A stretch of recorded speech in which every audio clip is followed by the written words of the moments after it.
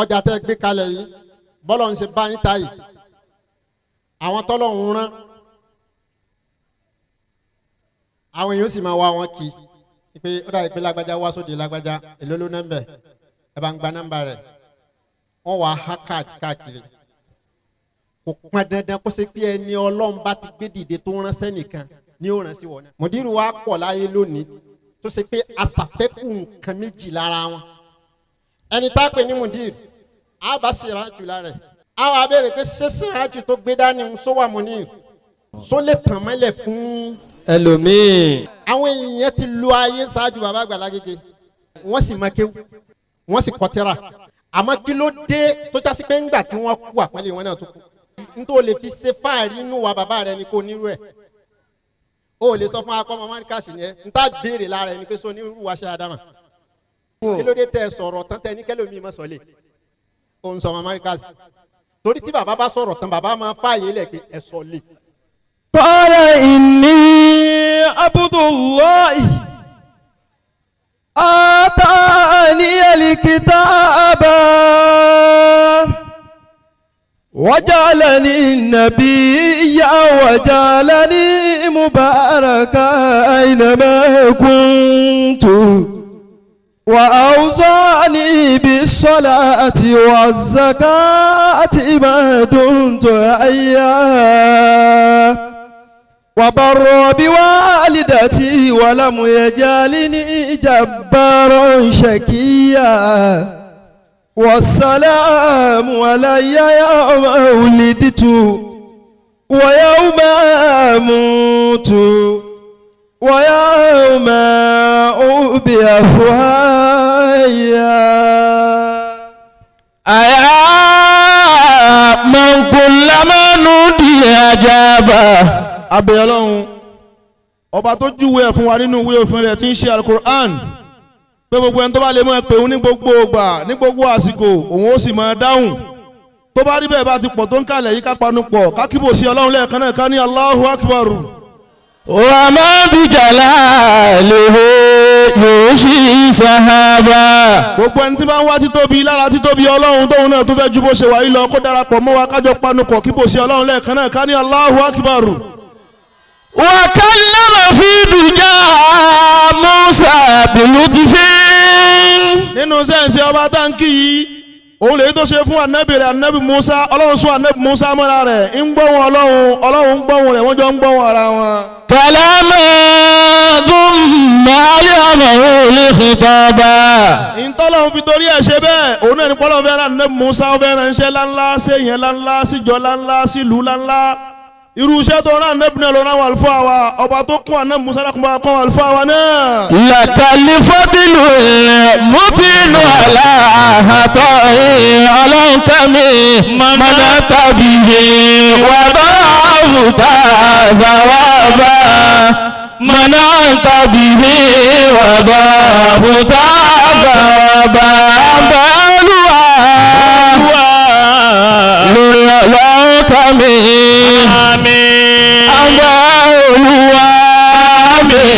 lórí ọlọ́run kan mi. má jẹ́ ká sì rí má jẹ́ ká sì sọ níbi iṣẹ́ Olúwa. àmín ọbẹ̀ Olúwa. lórí ọlọ́run kan mi. ọbẹ̀ Olúwa. lórí ọlọ́run kan mi. má jẹ́ ká sì rí má jẹ́ ká sì sọ níbi iṣẹ́ Olúwa. nílé ọlọ́run kan mi. àmín. nílé ọlọ́run kan mi. àmín. nílé ọlọ́run kan mi. àmín. nílé ọlọ́run kan mi. àmín. lọ́mọ gbàwé àpò ká máa sáré. nílé ọlọ́run kan mi. àmín. àwọn ayé fàyè àmín. kéré àrùn màkò lójijì. fàyè àmín ọba Olúwa. lórí ọlọ́run kan mi. ọba Olúwa. lórí ọlọ́run kan mi. àmín. má jẹ́ ká sì rí má jẹ́ ká sì sọ níbi iṣẹ́ Olúwa. أعوذ أعوذ بالله من الشيطان الرجيم بسم الله الرحمن الرحيم أعوذ بالله من الشيطان الرجيم بسم الله الرحمن الرحيم الحمد لله رب العالمين الرحمن الرحيم مالك يوم الدين الحمد لله رب العالمين الرحمن الرحيم مالك يوم الدين آمين. صل اللهم وبارك عليه وعلى آله وصحبه وسلم. صل اللهم وبارك عليه وعلى آله وصحابه وسلم آمين. àwọn òkè tọ́lọ́run fi dé tó fi di ilẹ̀ mú àwọn náà ń kúrò lórílẹ̀ ní wàhálà fi ń dé ẹ̀rí pé lẹ́mí Allah. lẹ́mí náà ni lẹ́ẹ̀fi bá ìṣe tí ó dùn mọ́ yín lára ẹ̀dá kan lẹ́ẹ̀fi máa wá wò pé só yẹ kó lè jẹ́ kò yẹ kó lè jẹ́ kò sí nínú wa rẹ̀ ilẹ̀ ló mìíràn Allah. ayé ti lọ bí tó wúwa tí ó ságbà tí ó pè ẹ́ pé ẹ lọ pè wá ó ṣe sọ yìí a máa dúpẹ́ fọlọ́run pàwọ́ ló ń báwí o. Alhamdulillah. àdàbọ̀ ọlákẹ́ lólùbáwí náà nìjókòó ìfi rí báyìí bẹ́ẹ̀ bá lẹ́ni tí wọ́n fẹjọ́ yín sùn ta ni wọ́n dá lóhùn mọ́ yín la. Allah. ọlọ́mọsàbà kẹ́ gbogbo wọn. Amina ya Allah. àbáwá àgbà ṣéwù máa dìbọ̀. Shehu. ọlọ́run wọlá ipe ilé alimi ni wọ́n máa ń pè ní kiblatul hilmi ibi tí màá dojúkọ bẹ́ẹ̀ bá wà ní òkè ìmọ̀lé èyí ó máa wá wọlé àfáàgbà báyìí bẹ́ẹ̀ bá wà nílé àfáàgbà èyí ó máa wọlé ìmọ̀lé náà báyìí ọlọ́run wọlá àṣẹ tó wà láàrin méjèèjì bàbá wa àgbà ṣé o máa dìbò ọlọ́run ní tún yín láṣìírí. Amina ya Allah. kò sálà àlè ọmọ Ìlọrin bí tó lè sàmì. Amina ya Allah. bàbá mo kí yín púpọ̀ ẹ ṣe n tẹ́ fẹ́ fi yín ṣe rèé ó dáa ọba mi yóò fi yín nínú àti gbogbo àwa mẹ̀kúnnù tẹ́ ń ta fún yín náà yóò fi ta àpọ́nlé padà sínú ayé. Amina ya Allah. kí n pé wàá ilẹ̀ lè hamad. Insha Allah. ẹ dákun ẹ fi rí tìmí ẹ̀yin àfa ẹ dákun bàbá wúwo púpọ̀ ọ̀nkù mi ọmọ wọn tó jọkùnrin ọmọ kan náà lọ́lọ́run bùn wọn ọkùnrin sí ni wọ́n ń gbéyàwó lénìí. àwọn àfa wa méjèèjì mọ bí mo ṣe dérí kodò ńjọ́ tí àwọn àfa ń jíṣẹ́. àmọ́ṣe bàbá mádìbò ò ṣe é dákọjá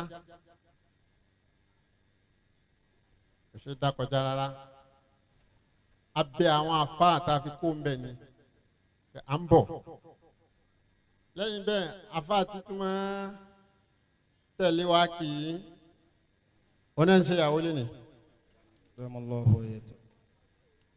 ẹ dákun ó yẹ kí kíkí ń pọ̀ torí ẹni tí ò bá mọ̀yàn kí tó bá déwájú ọlọ́run ọba tó ní gan òní kí. Allahu akbar. ọlọ́run fẹ́ràn kíkí púpọ̀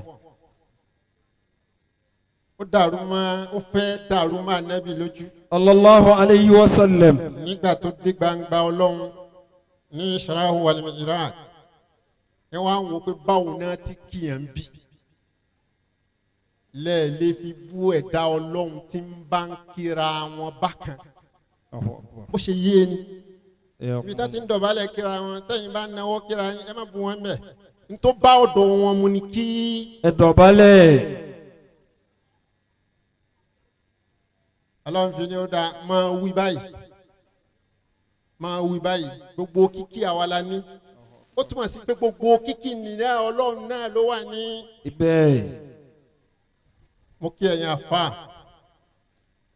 lápò tún mi bí àfa wa gbà mudiru Haruna Rashid. Adama Allahu hayatahu. mo fi bàbá wa gba ní agbára rẹ̀ kí دام الله حياته àwọn náà mo wá fi kí gbogbo ẹ̀yin afáàmẹ́ pé wa ilal hamad. إن شاء الله. mo kí olóyè àgbà ẹni rè dókítà wa alikali أدام الله حياته ودولته. ẹ lọ máa yé yín kó wá ní kó máa yé rẹ̀ حياكم الله. ọlọ́run ti tóbi iṣẹ́ tó wá sọ ọ́ di tó tóbi ó tóbi náà ló bá ju sẹ́wọ̀n lẹ̀ iṣẹ́ wọn máa tóbi lọ àmọ́ wo padà kéré الله. dókítà ó lè lóòótọ́ torí ìmọ̀ díẹ̀ kan fi pè yẹn ní. دكتور. mo kí n púpọ̀ ọlọ́run jẹ́ mi yóò gùn. آمين يا الله. bẹ́ẹ̀ tí máa yí kí láàrin wa ẹ ní àsọ̀bíyà rárá ó jẹ́ gbádùn yín حياكم الله. ẹ máa yé gbé mo ń sọ̀rọ̀ yín fún abamukadamu jọ kan mo ní wọ́n ń pe tíra kan ní hadabu duniya mo ní dókítà mọ̀ ọ́ púpọ̀ àwa níbo mo sì mọ̀ mo ní ẹ rí bá ṣe ń yí láàrin gbogbo wa ní dókítà ẹ ní sọnù láéláé آمين يا الله. kí n pé wa ilal hamam إن شاء الله. alihabrod mo kí ẹ̀yin ya tó fún lóye tẹ̀sí dáhùn ní gbogbo ayé ọba mi máa dá yín lóhùn lọ. آمين يا الله. mo kí àfáwá Sàlátì أدام الله حياته. bàbá ń kí bàbá olóyè bàbá ọba ìlú Ìlọrin أدام الله حياته شيخ. mo kí n pé wa ilal hamam إن شاء الله. jẹ́ kí n wá sọ̀rọ̀ yín الأبرار. onídìí wá sí ma èyí tí dókítà ti sọ ní náà wá sí ni bàbá mo kí ẹ̀yin náà أدام الله حياتكم. mo fẹ́ kí náà mo fi lè jókòó ti bàbá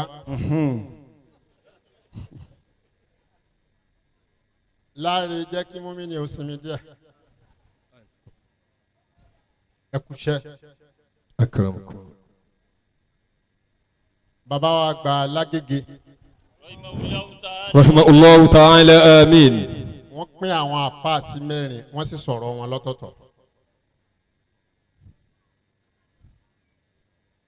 onímímọ̀ tí ó máa kọ́yàn ó wà bàbá ṣàlàyé onímímọ̀ tí ó máa kọ́yàn bàbá ṣàlàyé onímímọ̀ tí ó máa ṣe wáàsí káàkiri bàbá wa ṣàlàyé àwọn aláṣírí tán láṣírí ọlọ́run á máa pè wọ́n ló ń súfí ìran kẹrin làwọn ń jálàbí. الله. bàbá ni mo wá fẹ́ kẹ́ wò ọ̀rọ̀ méjì ni bá sọ ń bí tọ́ra àdánwò kan ìdánwò ni kì í ṣe àdánwò kọ́ lọ́mọ sọ́dọ̀ àdánwò máa wà lọ́wọ́ آمين يا الله. ó ń ṣẹlẹ̀ lágboolé àwọn àfà ọjà tẹ́ gbé kalẹ̀ yìí bọ́lọ̀ ń ṣe báyìí ta yìí àwọn tọ́lọ̀ ń rán àwọn èèyàn sì máa wá wọn kì í pé ó dàbí pé lágbájá wá sóde lágbájá èló ló nọ́mbẹ̀ ẹ bá ń gba nọ́mbà rẹ̀ wọ́n wá há káàkiri kò pọn dandan kó ṣe pé ẹni ọlọ́run bá ti gbé dìde tó ránṣẹ́ nìkan ni ó rán sí wọn náà. الله أكبر. ẹ máa pin àwọn alárànṣẹ́ Islam ẹ máa pin wọ́n lẹ́mìí báwọn. àmọ́ bẹ́ẹ̀ ni kí à ń lọ lẹ́nu. آنكم. ntẹ́ ẹlẹ́ẹ̀fẹ́ máa ṣe ó dá mi lójú kó yé yín. àwọn ẹni rẹ tá bá fẹ́ ròyìn àwọn àfa sífàtú sọ̀lìhínà sífàtú lè ulamahi ìròyìn àwọn àfa arọ̀bànìyí àwọn àfa tán ní ọlọ́run tán mọ ọlọ́run tá bá fẹ́ ka ìròyìn wọn lákọ̀ọ́kọ́ alikawunu alama kẹ́ni alayhi rasul wọn á ní báwo la Nábì ti ṣe. صلى الله عليه وسلم. في العقيدة والعبادة وهدف التعليم والتواضع والسلوك. كرمكم الله. nǹkan márùn-ún yìí ẹ gbọ́dọ̀ bá lára mùdírù ẹni tó fẹ́ darí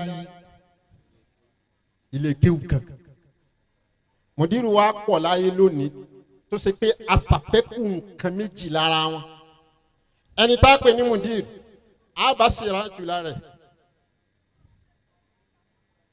a wá béèrè pé ṣé siraju tó gbé dání ń sọ wà munir أكرمكم الله só lè tàn mọ́lẹ̀ fún ẹlòmíì làwọn tí wọ́n ma ọ̀rọ̀ sọ tó bá fẹ́ sọ̀rọ̀ babalágége wa ní mátàlì kìrámù wọ́n wà lẹ́wọ̀ wọ́n kọ́ dọ́wọ́ wà má dọ́wọ́. مات الكرام وولوا ومضوا وقضوا wọ́n máa ta min ba'dihim tilikal karama. ومات من بعدهم تلك الكرامة. àwọn èèyàn ti lu ayé ṣáájú baba Àgbàlá Gègé رحمه الله تعالى آمين wọ́n sì máa kéwú wọ́n sì kọ tírà àmọ́ kí ló dé tó jásí pé ńgbà tí wọ́n kú àpọ́nlé wọn náà tó kú.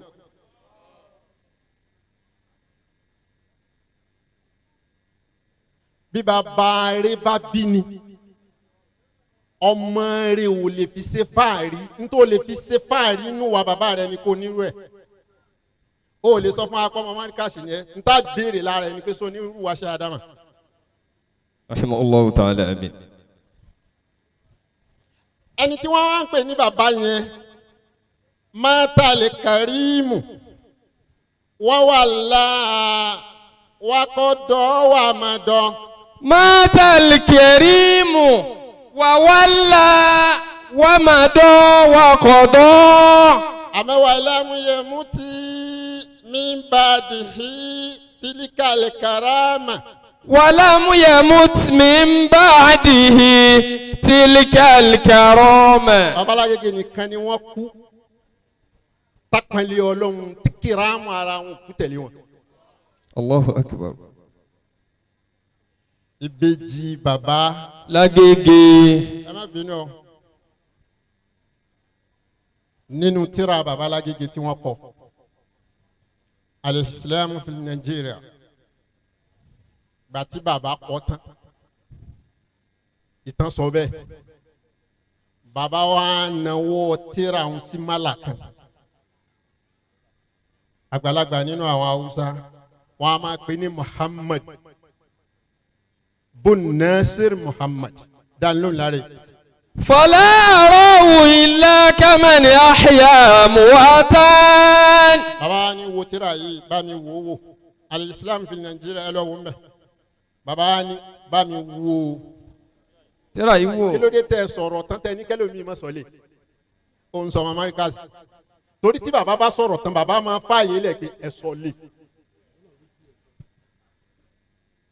bẹ́ẹ̀ bá fẹ́ kí ibi máa jẹ́ ààyè lọ ẹ fààyè lẹ̀ káwọn èèyàn máa sọ lé.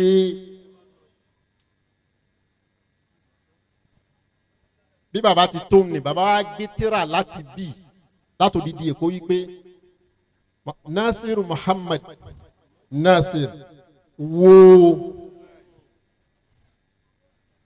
gbàtẹ́ nìyẹn wá wo tírà yẹn tó wá bẹ̀rẹ̀ sí ní kọ́mẹ́ǹtì nínú kọ́mẹ́ǹtì yẹn ni pé.